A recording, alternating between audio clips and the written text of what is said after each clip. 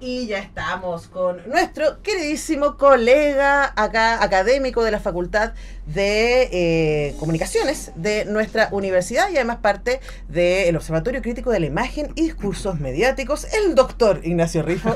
¿Cómo está, doctor? Hola, Antonella, buenos días. Yo me río porque para no llorar, lo que vamos a conversar ahora. Porque vamos a conversar de la franja y básicamente la mediación de los discursos políticos. Ese es nuestro tema. Más que decir así como si está bien, si está mal, es como invitarles a votar por alguien o no. Lo que nos interesa es hacer el análisis, porque es tremendamente llamativo como un solo tema, se ha tomado todo el discurso en todas las campañas. Totalmente, totalmente. A ver, estamos a 19 días de las elecciones, en un contexto, bueno, bastante efervescente. El domingo tuvimos un debate, la encuesta, algunas, las más conservadoras, decían que Jara no marcaba unos 27, 28 puntos, 25 puntos, aparece la Cosa Nostra y te dice, no, es que marca 37 puntos. Luego Cadem te venía diciendo que Kaiser estaba en cuarto lugar y ahora ya supera a Matei. Y ese triunfo que hoy día vemos la encuesta, ¿no?, de parte de Kaiser es súper interesante porque gana por dos lados. Porque primero le quita votos a Kast y segundo suma a él, ¿sabes? Entonces se está estrechando, todavía no se sabe quién va a pasar ahí a segunda vuelta en un Chile bastante particular, porque tenemos a tres derechas compitiendo. Tenemos la derecha... Son derechas distintas, además. Son distintas. Tenemos la derecha, la tradicional, la de toda la vida, ¿no? Evelyn Matei. Luego hay una derecha que apela más bien a un pasado, ¿no? Sobre todo nacionalista.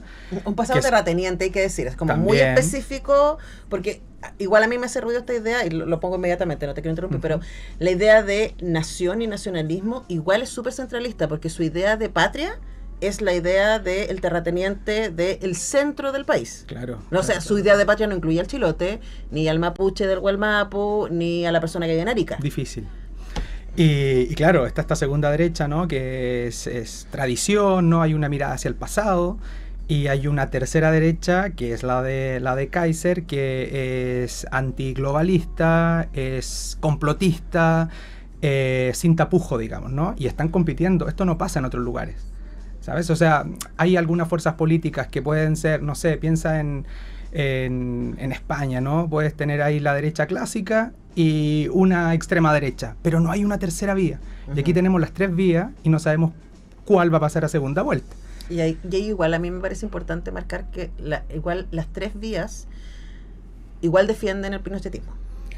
Sí. Con matices, sin duda, sí. Pero o sea, lo que me preocupa a mí también es que incluso la más de centro, diríamos, que la derecha más democrática, pensaríamos, que es la que representa a Matei, igual hemos visto declaraciones de ella a ese respecto, ¿no? ¿Y por qué lo traigo? Porque igual eso sigue siendo presente. Sigue estando presente. Y nos preocupa, a mí me preocupa, que fue parte de la conversación que tuvimos ahí en Valdivia con el representante de Cultura de Kast y de Matei, qué va a pasar, por ejemplo, con los sitios de memoria, qué va a pasar con el relato respecto a nuestra historia reciente. Sí, es que historia reciente, aquí en Chile tú tocas la tecla de Allende, inmediatamente tocas la tecla de Pinochet, ¿no? Es un tema que no ha pasado, ¿no?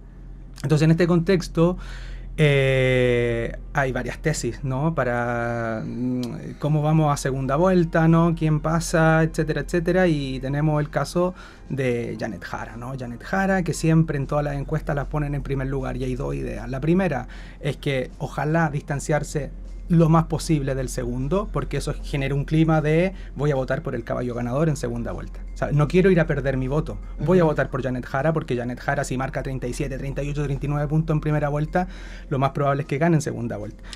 Ahora, es una tesis. Ahí aparece una cuestión que yo creo de la que se habla poco, pero Ignacio, nosotros lo podemos hacer acá, que tiene que ver con el poder de las encuestas. Totalmente. Sí, o totalmente. sea, es súper interesante y necesario preguntarse quién financia y desde dónde vienen las encuestas. Sí. Y nosotros lo sabemos, porque yo me he metido en ese tema, y también hay que ver la metodología, ¿no? No es lo mismo una encuesta que entrevista a 3.000 personas por teléfono que una que lo hace, y hay encuestas que salen en los medios que entrevistan a 200, ¿cachai? Y con una encuesta digital, etcétera. Entonces, hay un tema ahí de metodología y de credibilidad que yo encuentro que es importante marcar también. Sin duda, mira, de todas las encuestas, aquí mini paréntesis, ya entramos a la franja, la que creo yo ha asumido más riesgo ha sido la Cosa Nostra, ¿no? O sea, ellos ya venían hace semanas diciendo que... Y es la que menos se ha equivocado históricamente. Históricamente, ¿no? Venía diciendo que Jara marcaba 34, 33, 35 puntos, y a diferencia del resto de las encuestas que decían que Kaiser estaba en un cuarto lugar, a ellos nunca le marcaba Kaiser en cuarto lugar, siempre le marcaba en tercer lugar. El cuarto lugar se disputa entre París y Matei, según la Cosa Nostra. Entonces, yo creo que ahí han sido súper audaces y bueno, ya veremos ahí en noviembre. Igual se supone que son los más independientes. En teoría sí. Pueden ver la entrevista que le hizo nuestro colega Rubén Ditus a Alberto Mayol en El Espacio, que está Mirada ahí, Electoral. Mirada Electoral, que tuvo a Daniel Matamal ayer, para notar el pie, que están muy buenas esas conversaciones, y ahí Alberto también habla sobre el discurso mediático y el rol de las encuestas. Totalmente, sí, es clave, ¿no? Y en este momento de mucha efervescencia, como dije al inicio, en este ecosistema está todo bastante enrarecido también, porque hay muchísima incerteza. No es como Bachelet 2, o sea, ya previamente casi todo el mundo sabía quién iba a ganar, ¿no? Esa campaña presidencial. Y para entrar a la franja, ¿no? Que el tema de hoy, recordar, ¿no? Ese primer spot de Michelle Bachelet en 2, cuando está en la ONU, dando un discurso en otro idioma, en inglés en este caso, despidiéndose, toda la gente se lamenta y ella dice: Chile me está llamando, ¿no? Mi pueblo me está llamando.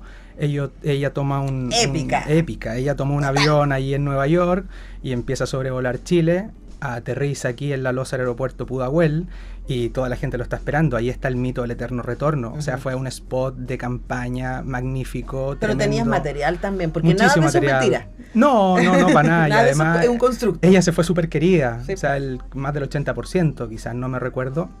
Todavía es una figura que genera cierta calidez, vamos a decir. Seguramente, sí, seguro. Y bueno, la franja ahora que ya llevamos casi 12 días, ¿no? de franja, ha estado muy interesante. Creo que cada candidatura ha sido consecuente con el discurso. Lo que van diciendo, ¿no? Lo podemos ver allí en los spots. Hay luces y sombras, hay unos que considero que sí apuntan a un público objetivo y conectan con él, hay otros que yo creo que la verdad, no sé si pérdida de tiempo, ¿no? Pero no han sido tan efectivos, ¿sabes? Sí, y quiero preguntarte respecto a esto, y esta es mi mirada, tú la puedes corregir por supuesto porque eres más experto que yo en el tema, pero la instalación de la seguridad como el tema central del país en la actualidad es una instalación mediática. Esta es mi hipótesis, desarmémosla si quieres. Porque Chile sigue teniendo, no estoy diciendo, y esto lo he conversado con gente que trabaja en jurídica, jueces y otros, que dicen efectivamente la criminalidad en Chile cambió en los últimos años, efectivamente han aparecido crímenes que antes no aparecían, pero en términos duros, los niveles de inseguridad en Chile son todavía más bajos que la media de la región. Pero nuestra sensación de inseguridad es altísima, sí. Es súper alta. Ahora cuando estuve en Colombia, amigos me preguntan así: oye, ¿pero qué les pasa a los chilenos? O sea, es como que todo el mundo me decía: oye, anda con cuidado en la calle, y la verdad es una ciudad muy segura, insisto, para la media de la región, no estoy diciendo que no pasen cosas. Pero todo el día están la televisión abierta insistiendo con esos temas, dándole mucho espacio y poco espacio a otros temas. Entonces mi hipótesis es que esa construcción de sentido común es algo que han tomado los candidatos en sus campañas y lo que hemos visto también ahí en la franja. ¿Qué dices tú? Sí, mira, a ver, como para darle un punto ahí a tu hipótesis, que bueno, considero que sí tiene bastante sentido. Me acuerdo cuando en Chile se disputaron los Panamericanos, hace un par de años atrás, 3 años atrás, ¿no? Veníamos con una percepción de inseguridad súper elevada, ¿vale? A partir de los medios de comunicación, pero hay un quiebre, comienzan los Panamericanos y estamos en deporte todos los días. Y claro, te empiezan a salir encuestas como la CADEM y baja la percepción de inseguridad. Claro. En esta idea de lo mediático, ¿no? Que sí, evidentemente. Yo creo que sí, para lo bueno y para lo malo ha sido el tema que es recurrente, ¿no? Crecimiento económico y seguridad, que es una cuestión que me preocupa, ¿no? Es decir, tiene un espacio que te da la CNTV y estáis allí, tenéis 2 minutos 30 para hablar de política, hacer campaña, hablar de temas súper interesantes, establecer un proyecto país, y reduces todo, gran parte, a seguridad y crecimiento económico. O sea, pueblos originarios no existen, medio ambiente tampoco, infraestructura, proyecto país, educación, cultura, en la galera, ¿sabes? O sea, no aparecen. Entonces, preocupante, ¿no? Porque creo que... Y además, ¿dónde están las propuestas incluso para seguridad y crecimiento económico? Ya. Porque sí. Una de las cosas que, por ejemplo, que sacamos del debate del domingo tiene que ver con que cuando se le pregunta a los candidatos, y a mí me tocó también en área de cultura hacer esa pregunta a los representantes, de, bueno... Se supone que es expansivo, por lo menos en cultura las propuestas de Kaiser y de Matei son expansivas. Y es como, bueno, pero no se supone que sus candidatos quieren reducir el gasto del Estado. Sí, ahí hay una... Mira, me preparé un poco la entrevista esta y estuve viendo los spots de ayer, de antes de ayer, y hay una contradicción gigantesca, por ejemplo, en la franja de Kast. O sea, de hecho ya él... habla, ¿no?, de primero achicar el Estado, no de reducir el Estado, pero al mismo tiempo, en el mismo spot, te habla de toda la fuerza del Estado, llegaremos a todos los rincones, defenderemos, ¿no?, a los más vulnerables, etcétera, etcétera. Pero entonces, ¿cómo lo vas a hacer? Si está hablando que lo vamos a reducir, claro, pero al mismo tiempo señor, lo que Carabineros también es el Estado. Completamente, el alumbrado público, las plazas, el pasto que está aquí en este parque, ese es el Estado también, ¿sabes? O sea, el Estado no es una cosa ahí de repente que no vemos. No la burocracia. No, está solamente. Aquí, el semáforo, el alumbrado público, como te decía, allí también está el Estado. Entonces, claro, ahí me parece que es bastante contradictorio, ¿no? En esta franja. También lo que vi en él, sí que se acerca a las clases populares, ¿no? Es decir, de hecho, parte de su jingle tiene una cumbia de fondo, viajó, creo que al sur, está por ahí en Angelmó, con la clase obrera, clase trabajadora, pescadores, etcétera. Digamos que no se veía tanto al inicio de la franja, pero hoy día sí está tocando esa tecla. Igual en la franja, la campaña anterior, fue el rey de TikTok. Sí. O sea, es súper impresionante lo que este señor, y a mí igual como que se me cruzan los cables ahí, porque este señor es un terrateniente, básicamente. Esa es su lógica, y también es la lógica a la que refiere, ¿no? Es un patrón. Entonces, usar estos recursos súper mediáticos, súper estratégicos, para llegar a las clases obreras, básicamente decir, no, pero si yo soy uno de ustedes, es como, wow, en serio. Y al mismo tiempo no. Sí, no, sí, hay una distinción. ¿Qué más? A ver, o para ir sacando cositas. Bueno, Jara, ¿no?, que a mí me ha parecido que es muy débil, ¿no?, en toda su franja. En un inicio fue súper autobiográfica y fue muy repetitiva durante varios días, es que ¿no? esa es su fuerza. Era ella sí puede decir, yo soy uno de ustedes. Claro, pero esa repetición constante yo creo que también agota. Es decir, mira, el Benoit, un politólogo, decía que los spots, las franjas, los spots, tienen 3 funciones. Primero, dar a conocer a la candidatura. Segundo, golpear, atacar al oponente. Y tercero, defenderse. ¿Vale? Hemos visto que casi el 70% de la franja de Jara ha sido una autobiografía constante. Y cuando viene un quiebre, hace como 4 o 5 días atrás, que empieza a presentar una suerte de sketch, ¿no? En el barrio, en distintos barrios de Chile, ¿no? Empieza ahí a narrar historias, desde la droga, desde las pensiones, etcétera, pero ella desaparece. O sea, hay 1 minuto 40 donde yo estoy viendo un sketch de algo y Jara no aparece. Por ejemplo, el de ayer... ¿Y qué es lo que aparece si ella no aparece? Mira, porque de nuevo, ¿dónde está la propuesta? Porque por lo que tú describes es más bien un estado de la cuestión. Esto pasa en Chile hoy día. Claro, el de ayer, por ejemplo, y antes de ayer también, porque lo repitieron, es una mujer en un barrio que va siempre a tocar la puerta de la casa de una vecina y le va llevando cosas, ¿no? Le va llevando cosas, vecina. Esta vecina es bastante mayor. Y un día va, toca la puerta y no sale nadie. Y resulta que esta vecina, adulto mayor, vuelve con cosas para la 11, ¿no? Y le dice, hoy día te invito yo. ¿Vale? Todo eso en 1 minuto 30, 1 minuto 20. Y termina diciendo, la reforma de pensiones se puede contar de muchas maneras, ¿no? A raíz, ¿no?, de la reforma de pensiones, cuando Jara era presidenta. Claro, que ella lideró como ministra. Puede ser que a mí, no sé, que me encanta entender la política, etcétera, soy consciente de lo que me está diciendo.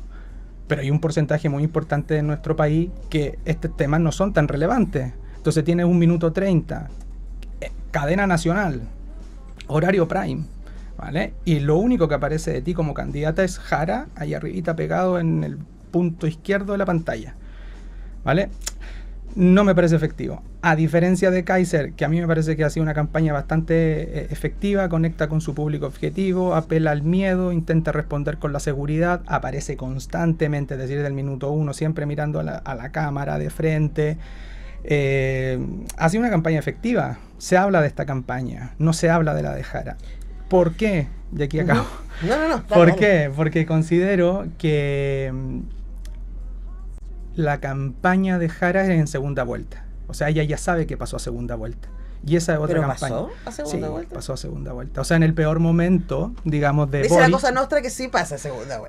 Pasa a segunda vuelta. En el peor momento de Boric, por ejemplo, marcaba siempre 30, 31 puntos, 32 puntos. Con eso, digamos, pasáis a segunda vuelta, ¿sabes? O sea, no pongo en duda que Jara pasa a segunda vuelta. Y ahí viene otro tipo de campaña. Pero igual no puedes entregar, porque imagínate pasa Matei y Casta a segunda vuelta. No, difícil. No, ya sé, es que yo vivo en la ficción.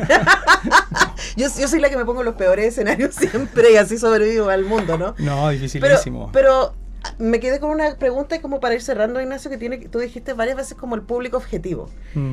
Y básicamente una de las cosas que es súper interesante de esta campaña y que no la habíamos vivido en campañas anteriores es que el público objetivo es el 90% de la población, básicamente, para todos, ¿no? Sí.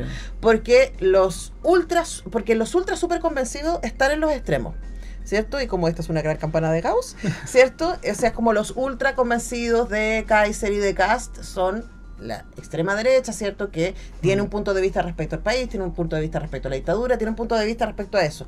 Al otro lado también, o sea, es como el Partido Comunista y parte del Frente Amplio, están súper aquí camiseteados con Jara, pero están en un extremo. Y esos dos extremos yo no creo que sean más del 10% del país.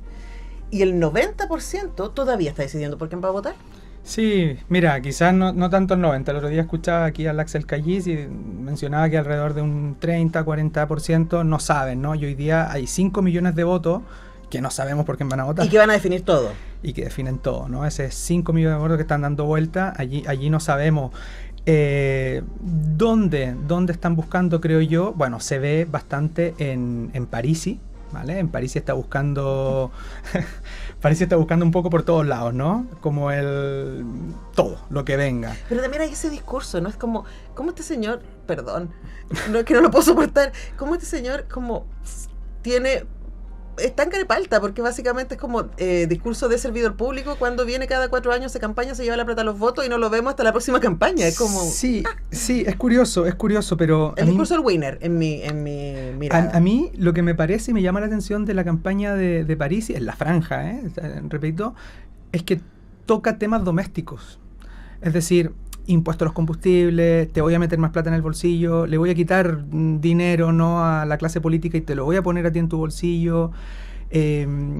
No toca un tema tan abstracto como puede ser, no sé, defender el norte, la seguridad, etcétera, que en el fondo es bastante material, ¿no? Pero también es abstracto. ¿Cómo vamos a hacer eso? Yo quiero vivir mi cotidiano y ese cotidiano lo necesito hacer con dinero. Claro, pero y eso es lo que te propone Parisi. Pero en ese caso, como en el caso de Kast, también hay antecedentes. Digamos, como, a ver, Parisi formó un partido que se desarmó en los últimos años. Entonces, como uno podría decir, a ver, uno, con qué va a gobernar, y dos, cómo lidera, porque mira, si lidera como lideró a sus parlamentarios en los últimos años, ay. ¿Y dónde está además esas propuestas? Entonces me pasa eso que también, y quería preguntarte por eso para cerrar, así como tomar sus propias historias, ¿no? Como han votado sus parlamentarios. O sea, por ejemplo, hace poco cuando tuve que estar ahí con una representante de Kast, me decía, no, nosotros vamos a defender cultura, y yo le decía, bueno, pero sus parlamentarios, ahora se viene la discusión del presupuesto en cultura. ¿Dónde van a estar? Porque históricamente han estado en contra. Entonces, también ¿se les puede cobrar? ¿O han estado presentes en sus campañas? ¿Cómo han actuado los parlamentarios que les representan? Antonella. Mi impresión es que no, que hay amnesia colectiva al respecto. Sí, en política hay mucha amnesia, ¿no? De memoria muy a corto plazo.